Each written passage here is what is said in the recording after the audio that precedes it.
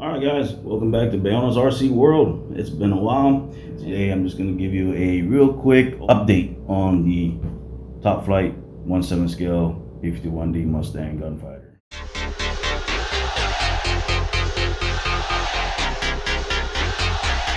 I know you guys are like, come on guy, hurry up. But you know what? I haven't been on social media the past week and a half or so, something like that. Been here and there, but really I put my phone down and I haven't really been on it. So been spending a lot of time with the family and graduation for my daughter, just things going on in life, and still taking care of my medical issues and everything like that, which is doing a lot better, and can't really complain. I mean, I can, but it is what it is. I'm just going to cover what I did not cover in my last video on the retract gear door setup. And what that is how the clamshell doors is hinged to the bottom landing gear plate here. Okay, so you can see what I got here is two pieces of aluminum stock, brass stock, excuse me, and it's drilled on the top. You can see on the plate here you got the holes, 4 holes. So this stock here would get inserted through the inside underneath like such. It will go and slide all the way through, lining up with the holes there. Same thing with the rear. It'll get inserted through that slot and it'll go directly in there like that. And so this is the rear, this is the front. Now I'm just gonna lay it down just like that. So this is the inside portion, which is in here. You could see I have holes. Okay. Now those holes on the clamshell door, I epoxied a rod right underneath the edge portion of the lip. As you can see, that is a rod there. Okay, and that's epoxied in there. And what that rod, you can see it extends out slightly on each side, and once these brass stock is in place, inserted there, that hole, this rod will slide right into the front and the rear, and then you screw this onto the plate, and that's where this will eventually hinge right on that spot. So that's how I got this clamshell doors installed and hinged. And as you can see, I removed them. So just by unscrewing the 4 screws there and just pushing it out of the way and then sliding out the gear doors, I can safely manage and handle each side. And should I need to do any type of maintenance or whatnot, at least the doors are not in my way, permanently attached to the model. It can be removed, therefore having better access to the inside. So also these doors here, they're attached through the hinge right here, so you could unscrew that, it'll release from here. And in the inside you got the 2 rods that connect to the oleo strut. You just pop it off and you can remove it. So yeah, that's pretty much how we got the clamshell doors hinged and hooked up to the model, and that's by utilizing the brass stock here, holes, and just like that. As you can see underneath here, I got the reason why it looks like that is because if you were following along in that video, you would notice that I had the gear door hinges, and that was installed right there. So I built this up around those hinges, so eventually when I pop those off, it's left with the shape of that, which is not a problem. I'm just leaving it like that, that's no problem.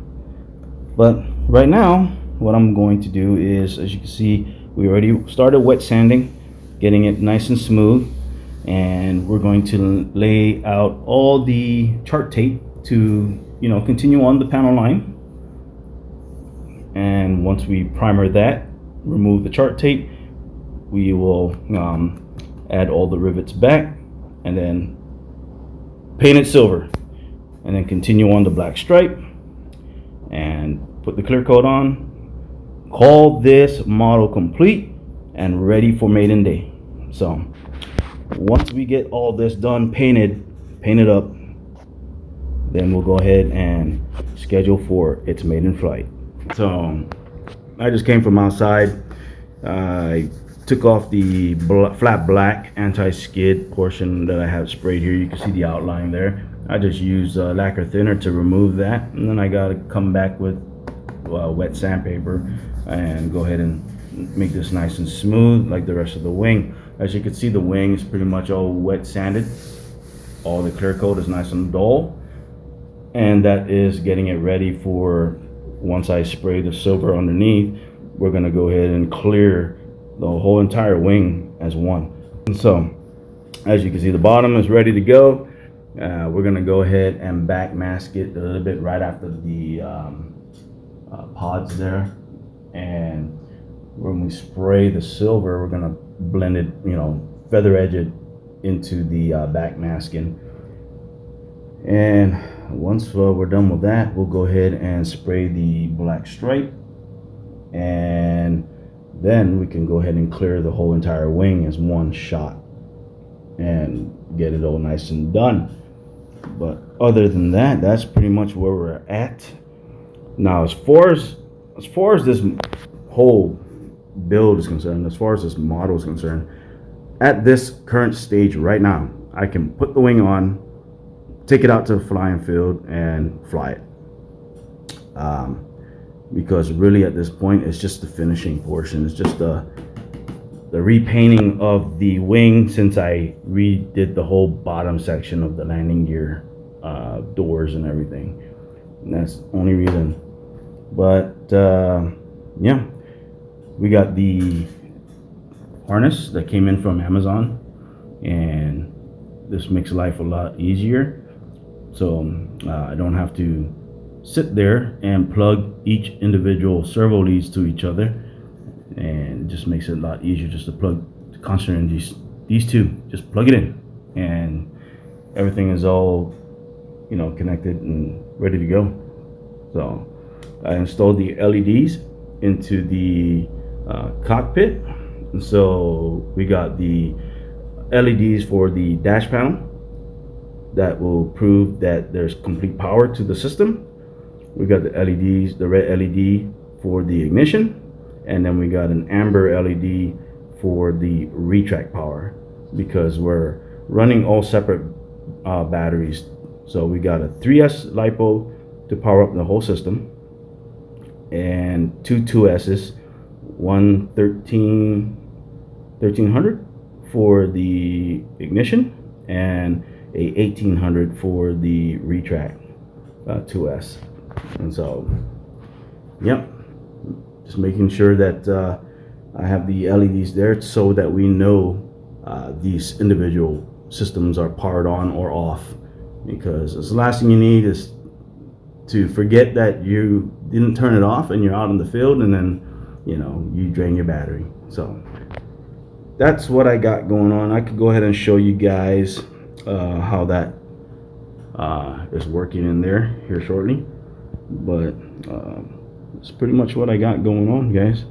And unfortunately, like I said, I haven't been in the shop for almost a week and a half, almost 2 weeks, and just taking care of life, taking care of myself, taking care of just things going on. And of course, this is ending of the school year, so my daughter just graduated from 8th grade going to 9th grade now, so that's what we did this past week. And so yeah, just taking care of life, man, and like this pretty much on the back burner at this point. But I'm trying to get there, guys, trying to get there. So the reason why I'm trying to get there, because we started this build in 2022 and it's 2026, and we need this thing to be up in the air, and however it goes, it goes. And I really need to get into that. I want to get into that Plains Revive giant scale P47 Razorback. I got the glues and everything here ready to go. I'm itching to start building again, and yep, we need to close this out, and that's what I'm trying to do. I'm trying to get this thing closed out, get this thing done so we can get into that. All right, and I'm going to go ahead and showcase this portion here. So if you're wondering how I get the canopy removed and stuff, you got this piece right here, this hardwood, and if you remove it, I can go ahead and slide it past and then lift it off, and then in the front can slide out. And so that's how I can remove my canopy. And so we got the opening on the rail further back, so when you put that stopper, it prevents the front from sliding all the way to this open area. It'll stop about right here, and so it'll never pop off. But yeah, so I made it a point where I'm able to remove this in the future should I need to do something in the inside of the cockpit. And so you put it back on, you can slide the front into the rail, and the bottom, the back side, right there's the bow end. So just line it up until it drops, and once it drops in, you close it. And then of course I'm going to paint this either black or green, and then you can slide that right back into that groove. It's tight fit, so once canopy opens, it doesn't pop off. Okay, so that is how I got my sliding canopy on there. And as far as how it latches on there, I got earth magnets, or 2 earth magnets in that fact, one right there, one right there, and also on the canopy side right there and right there. That way it is, once it gets closed, that thing, it grabs on there. I mean, I don't think it's gonna go anywhere. And yeah, so pops, close this, pop it, it's a little pressure, there you go. So yeah, that's how I got my sliding canopy on there, guys. So you can go back to the videos here on the channel, and you can see how I built this all up and stuff. There's a few changes throughout the time since that video. I no longer have this whole cockpit removable because I basically gutted out the whole center port, and so now the side rails and this side piece is glued to the actual fuselage, so it doesn't get removed anymore. However, there's 2 screws holding the pilot down on the seat, so you can unscrew the 2 screws, and the whole pilot with the seat comes up as one unit, and you can remove that. And the pilot, or the passenger back here, he's not glued in there, he's only attached with the seatbelt strap. So if you release that seatbelt in the front, remove it, he can just basically get pulled off as well.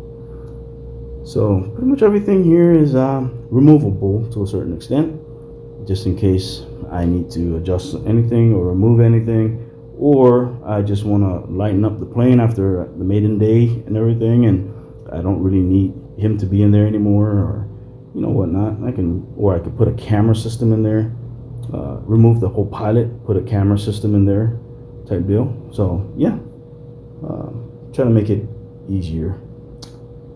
But yeah, that's how I got my sliding canopy finalized. So that's pretty much it. And then we got the antenna thing in the back here, and that's just press fit. You just slide it down. It ain't going nowhere. That ain't gonna fly off or anything. But yeah, that's pretty much what we got going on there. And like I said, just trying to get things done. Alright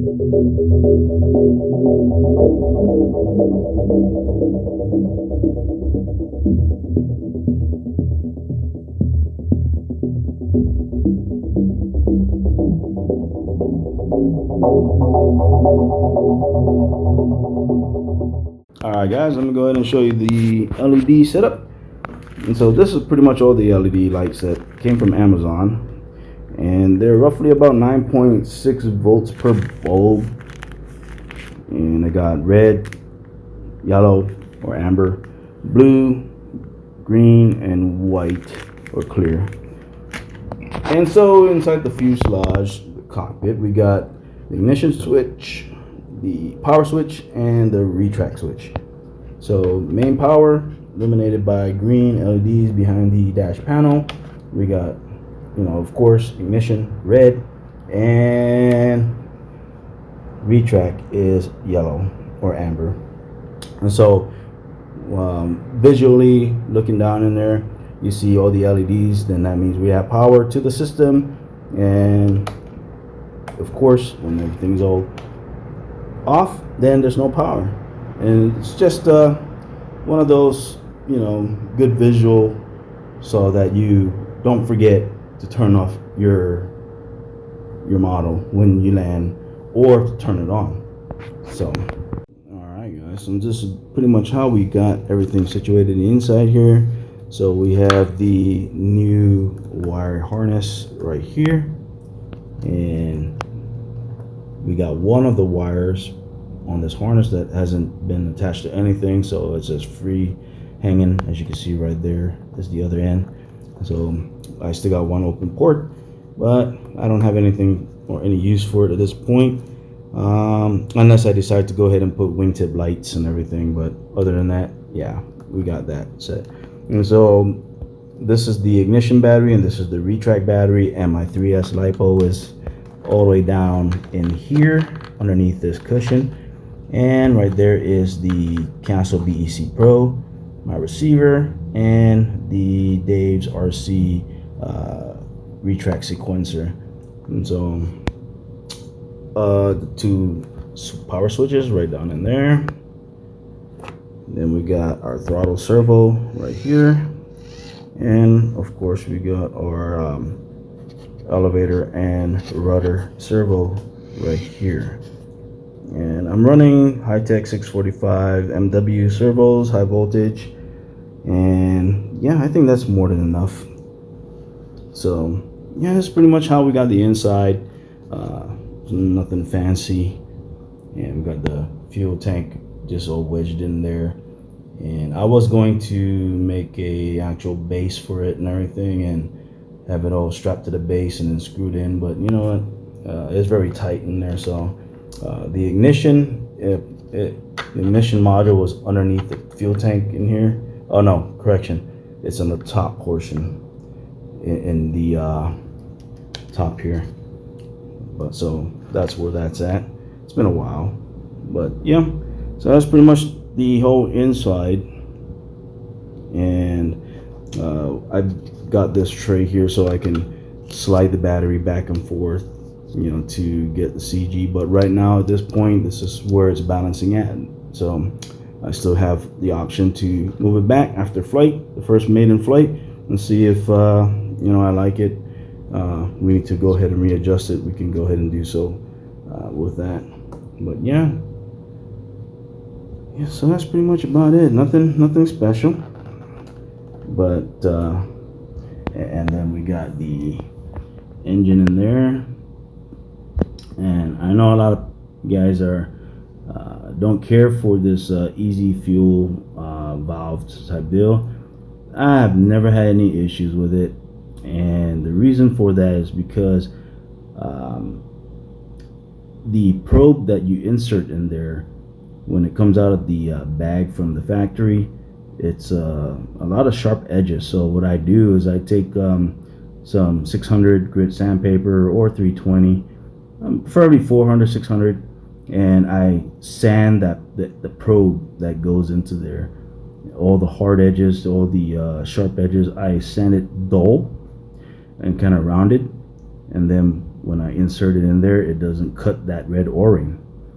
So majority of you that have issues of it leaking or getting stuck, that's because you just take the probe out from the package and you just stick it in there, and what that does, it ends up cutting the red O-ring and it causes leaks and all that other stuff. But I'll talk about that here shortly. As you can see, I got my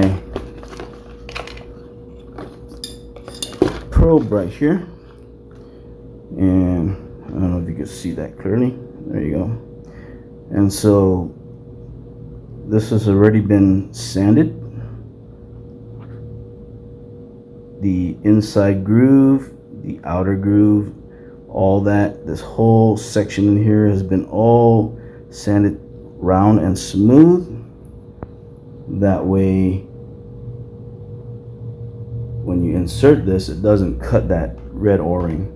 But that is majority of the reason why people are having issues with it leaking, or that that stopper, once it's pushed in, it gets stuck, is because you got a lot of frayed O-ring that is just dangling in there, and it's causing a lot of chaos. So if you just basically do exactly what I just showed you here, just sand this thing smooth all the way around, the inside, the outside, and when you insert that, don't twist it going in like you're cutting. Just push it straight in and you're good to go. But yeah, been using that for 15 years now and never had any issues. As a matter of fact, all my videos of all my maiden flights or my planes flying have that fueler in there. So yeah, but anywho, just wanted to show you that, give you a little update. Alrighty guys.